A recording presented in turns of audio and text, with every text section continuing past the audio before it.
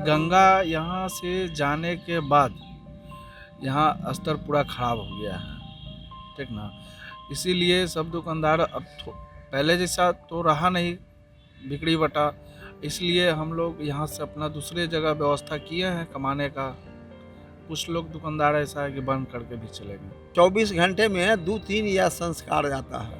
पहले कितने संस्कार? पहले जैसे 20 गो 30 गो 40 गो ले जाता था। पहले के मुकाबले कमाई कम हुई है। बहुत कम है। अब रह गया कि बाबा मसान बाबा के देन से आदमी अगुरले रहता है कि कुछ न कुछ आ जाएगा, पेट चलता है और कुछ यहाँ कुछ है, अब लाश अबे नहीं करता है। तो हिंदू धर्म की मान्यताओं के अनुसार भागीरथ ने अपने पूर्वजों के मोक्ष की प्राप्ति के लिए हिमालय पर तपस्या कर गंगा नदी को धरती पर लाया। उसके बाद से ही लोग मोक्ष के लिए गंगा के तट पर अंतिम संस्कार करते आ रहे हैं। लेकिन वर्तमान में मोक्ष देने वाली गंगा अब पटना से दूर होती जा रही है। दरअसल पटना के बढ़ते विकास के साथ इसके जलवायु में भी बहुत तेजी से बदलाव आया है, जिस वजह से पटना में गंगा नदी के जल स्तर पर भी काफी प्रभाव पड़ा है। पटना के मरीन ड्राइव बनने से पहले बास घाट पर गंगा में लबालब पानी हुआ करता था, जहां लोग मृतकों के अंतिम संस्कार के लिए जाया करते थे। लेकिन वर्तमान में बास घाट की स्थिति बहुत ही दयनीय है।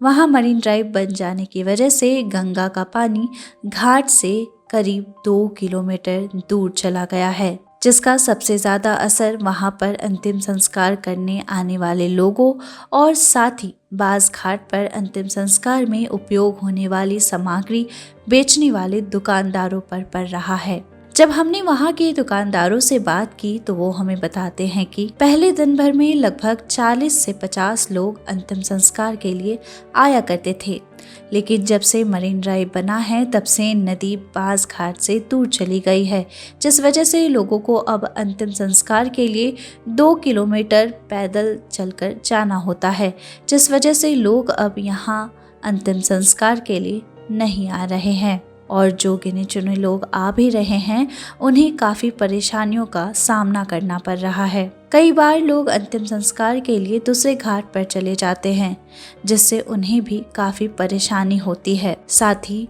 हम बास घाट पर दुकानदारों को भी इसका सामना करना पड़ता है। हमारा दुकान यहाँ पर 77 नवंबर से जो है से हम ज्वाइन किए। यहाँ पर हम एक रक्षक के पद पर थे हम, और रक्षक के पद से हम रिटायर हो गए। इसी जगह है, मेरा दुकान भी है, बच्चा लोग का दुकान भी है।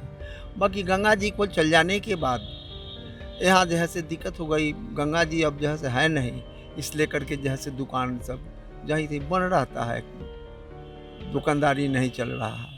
अभी 4 गो 5 गो आता है, पहले तक 50 गो 100 गो आता था। अच्छा, इस वजह से आप लोगों के बिक्री पे क्या असर पड़ा है? असर तो पड़बे किया है। मान ले कि दिन भर में 4 गो 5 गो आता है, सब पेट के लिए आया, आदमी आशा पर रहता है। पुराना दुकान है तो हम लोग भी रह रहे हैं यहाँ पे। ऐसे टेम्प्रोरी अपना काम धंधा करते हैं और इस पर समय मिलता है तो आते हैं। दुकान के उतना खराब नहीं रहता है, इसलिए कि अब यहाँ पहले जैसा दुकानदारी नहीं रहा, ठीक ना। इसलिए बाहर ही कहीं ड्यूटी करते हैं। अरे अब बहुत असर है कमाई पर, मत कहिए। कमाई के लिए मत कहिए, एकदम साफ खत्म है, कुछ नहीं है। यहाँ पेट पर आफत चल रहा है। ये बॉडी कम है, दिन भर में 3-4 को 5 आता था पहले, अब तो एकदम बिल्कुल नहीं आ रहा है। कहीं पानी है नहीं यहाँ। तो क्या रोजी रोटी पे भी कुछ हाँ, बहुत गंदी है। गरीब के लिए तो रोजी रोटी तो पड़बे करता है। यहाँ बॉडी आता था तो पैसा होता था सबका, अब तो होबे नहीं कर रहा। हम देख रहे हैं एकदम वीरान पड़ा हुआ है। ये दुकानदार जो है से मोटा मोटी 5-7 को दुकान बंद हो गई बा और 4-5 को खुलल बा उनका। ये तो गंगा चली गई तो किसको कहा जा सकता है।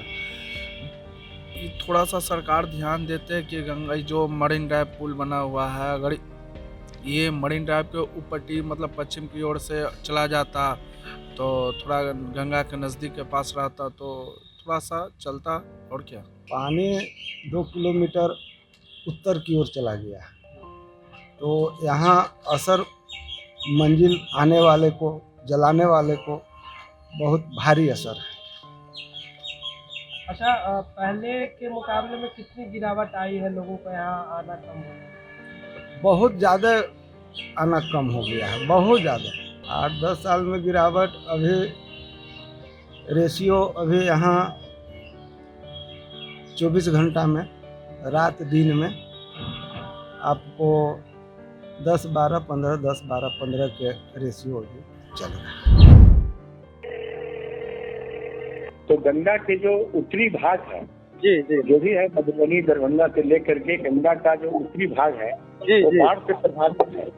ओके, और जो दक्षिणी भाग है जी वो जो है सुखाड़ से प्रभावित है।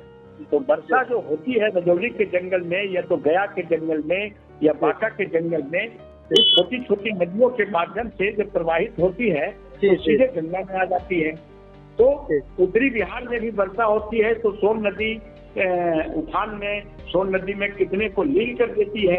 ये सिस्टम को समझिए कि हमारे पूर्वज जो है मधुबनी में 600 तालाब होते थे, रिकॉर्ड से बता रहे हैं। जी जी 600 बड़े बड़े तालाब मधुबनी में होते थे। आज के डेट में आपका 7 भी तालाब बढ़िया से नहीं बना हुआ। दरभंगा महाराज जो है बड़े बड़े तालाब बनवाए थे, लेकिन सभी तालाब का अतिक्रमण हो गया। लोगों ने कब्जा कर लिया, या तो सरकार ने कब्जा कर लिया, उस पर रोड बना लिया, उस पर स्कूल बन गया, उस पर सर्किट हाउस बन गया, उस पर जितने भी सरकारी तंत्र थे उस पर बस गए। तो ये जब तक समस्या का समाधान के लिए जड़ में आप नहीं जाएंगे और आप कहेंगे कि गंगा में पानी कब गया या गंगा में बाढ़ आ गया, सिर्फ पानी कबता नहीं है, गंगा में बाढ़ भी आती है। तो गंगा में बाढ़ आया, क्यों आया? छोटे छोटे जो हमारे जल स्रोत थे जो पानी से लबालब भरा हुआ रहते थे, और पानी को रिचार्ज करने में, जितना पानी एक बूंद गिरता है उसको रिचार्ज करने में कितना समय लगता है आप हमसे ज्यादा जानते हैं। अब गंगा में सारा पानी जाकर के बह जाता है और वो पानी समुद्र के बोझ में चला जाता है, जिसका कि कोई काम फिर हम लोग को नहीं आता।